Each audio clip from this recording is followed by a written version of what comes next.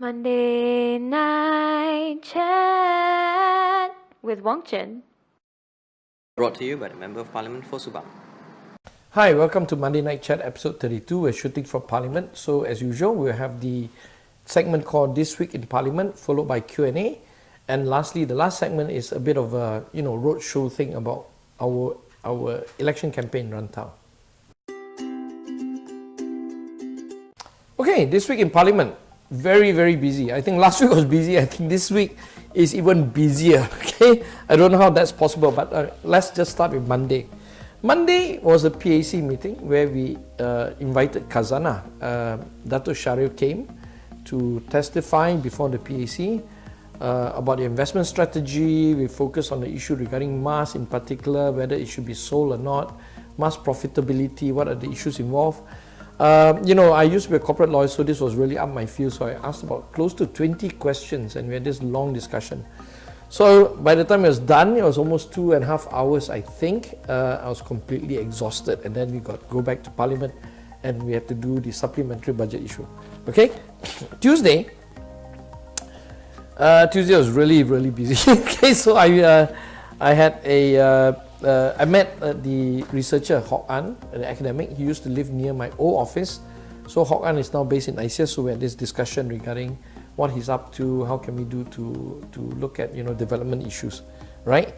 Then I had a meeting with the Gender Equality Committee, invited by YB Nurin, to explain to them, or at least to advise them how to set up their committee, what they should do, whether they should summon their minister once a month, and then what are the issues they should focus on, budget, what questions to ask, any laws coming out, so on and so forth.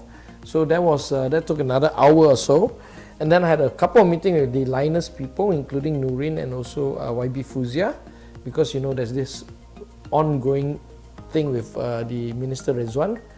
So the Linus issue is very important and critical for us who are anti-Linus. Yeah, and then there was the supplementary budget thing, and on top of all this thing running around, I had the Thai delegation, my good friend Kun Kasit Piriomnya. He's from Thailand. He was the former Minister of Foreign Affairs under the Abhishek government. I've known him for 4 or 5 years. Every time he comes to KL, he comes to my house for dinner. So I hosted him for dinner together with the Canadian Ambassador Julia Bentley and the Uruguay Ambassador, Her Excellency Nuri.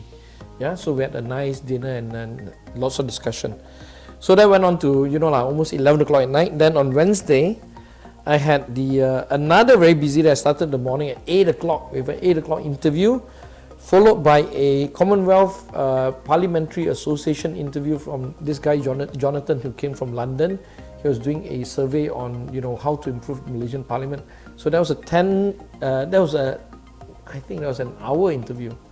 Then I had to rush off to Sri Pacific. All these interviews happened in Parliament. Then I rushed to Sri Pacific Hotel, where I met with about 40 people who were doing the Fortify Rights, human rights group, to deal with the Rohingya strategic issues regarding Rohingya. Of course, I met Kun Kasit there by accident again, but I gave my views. I got to know a couple of the NGO people from UN, and I was representing basically the Malaysian parliamentarians, being the only person there, and also representing ASEAN parliamentarians for human rights. Okay, then I had to rush back to Parliament, of course, and then Kat1 and also Dato Seri Anwar Ibrahim hosted lunch for some MPs from PKR. We had a briefing from the Deputy Minister of Tourism, and there was, it's just a time for us to gather and have lunch together and exchange notes. Then go back to Parliament, sit down there for a while. Then I have to rush off to my office because we got service night. It wasn't a very busy service night. On Thursday was running around everywhere. Of course, we had the fantastic news regarding the Prime Minister reversing his position on the PAC chairman. The Prime Minister has finally agreed, after Izzah resigned and I've made a couple of protests and also threatened to resign, he's finally agreed to put back the opposition into the chairman position of the PAC. So this is a big victory. So the morning was about that. But the technical issue is what happens to Izzah's resignation letter. So we spent the morning trying to figure out how to get Nurul Izzah back into Parliament, into the PAC by following the rules. So the Speaker has agreed on technicalities that she's entitled to withdraw her resignation, and then she can then join back in as long as the selection committee has not decided yet. So it's a bit technical, but we have to work out and make sure that everything is done procedurally correct. That's the important point they want to stress. Yeah. So we got her back into the PAC, and then we heard the PAC hearing on Khalid Samad. But before that, there was a couple of students from Kuan Ching School who interviewed me for, I think, 30 minutes on their school project. You know, we have to do all sort of things. Okay. But the PAC hearing was really important. It was about the land deals, land settlement deals that Khalid Samad and his ministry pursued to settle all these dodgy cases in the Klang Valley Oil in DBKL. So that is going to continue. I can't divulge much, except I thought the meeting was quite good and it was frank discussion between the minister and us.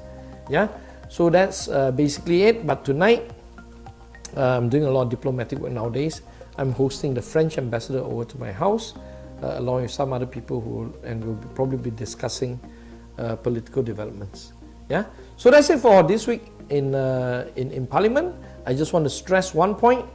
This is a big victory for us this week. The PAC U-turn by the Prime Minister could signify that maybe we're on the verge of finally doing some proper reforms in Parliament.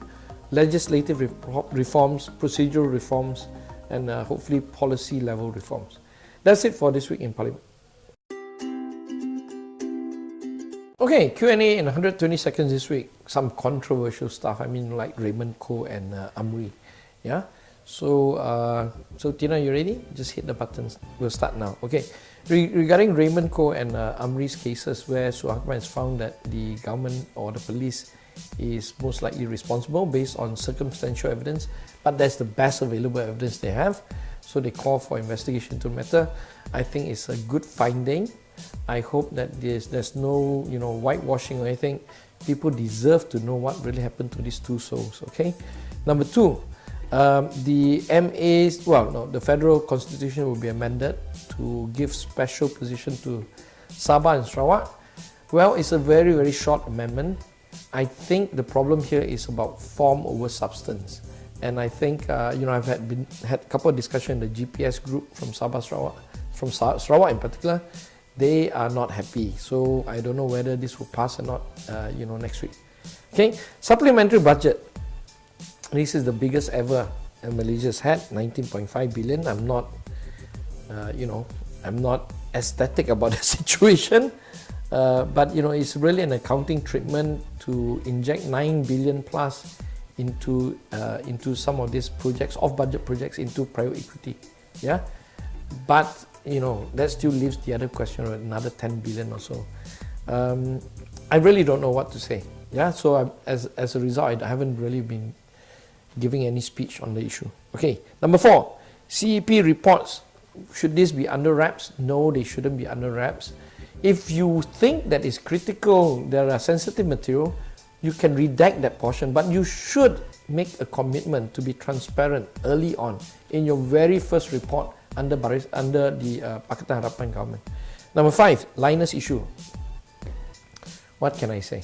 Yeah, the Minister of Entrepreneur should have no power to comment about investments. His behavior is unbecoming, and it's an insult to Joe Bian, and it's an insult to many of us who fought the anti-Linus issue. But we're not going to drag this matter further. We will continue our work without the public squabble, but the Linus issue is crucial for many of us. That's it for Q&A in 120 seconds this week.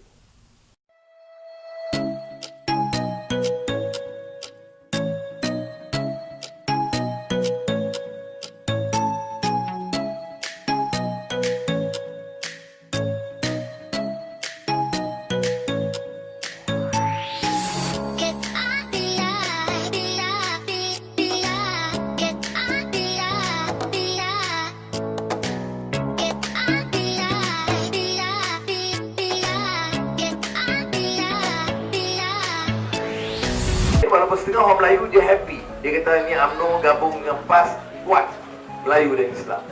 Dia lupa bahawa kuat itu untuk apa?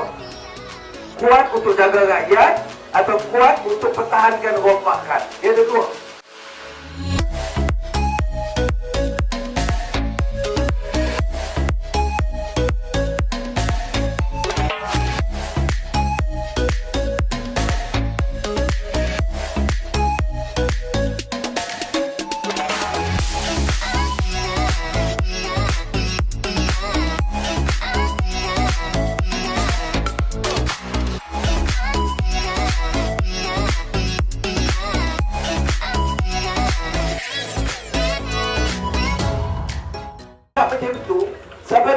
tidak akan aman. Mana di negara di dunia, you ada hak sebagai warga negara. You bukan menumpang negara ini. Tapi Asam bagi ucapan China dan India ni penumpang. You pun ada China MCA pergi kempen ni. Tak nak malu punya China. Ya.